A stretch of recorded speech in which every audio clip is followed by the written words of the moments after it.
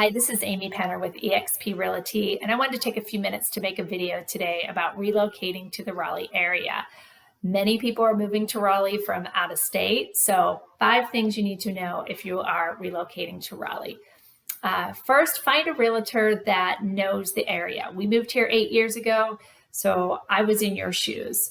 I've worked all the suburbs outside of Raleigh, Durham, and Chapel Hill, and really, it comes down to finding a city that fits your family needs, whether you want to be walking distance to restaurants, whether you care more about things for your kids to do, or do you care about nightlife.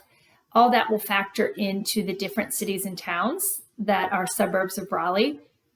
Also, traffic. If you're commuting to work, traffic can be a little crazy during rush hour. So that will, depending on where you're working, you want to keep your commute short as possible. Secondly, budget. Like the rest of the country, Raleigh has gone crazy. Prices have gone up 50, 100,000, even more over the past 2 years. So depending on what your budget is, there may be certain cities that fit your needs better. Also taxes. So every city and town has a different tax rate. Taxes, once you get out of the city and get into what's called county taxes, your tax rate goes down quite a bit. So you may be able to afford more home in the county versus the city.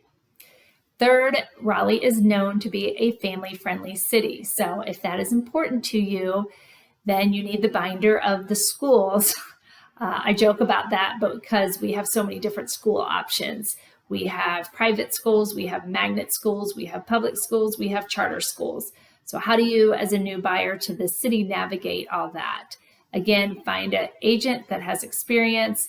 I've learned about all these different schooling types when my children had to go to school.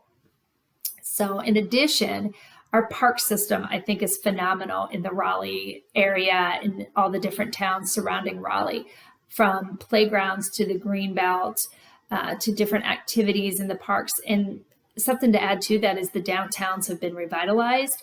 So a lot of the downtowns will offer like movies in the park or bands on certain nights in the downtown area. So that will factor into where you live as well.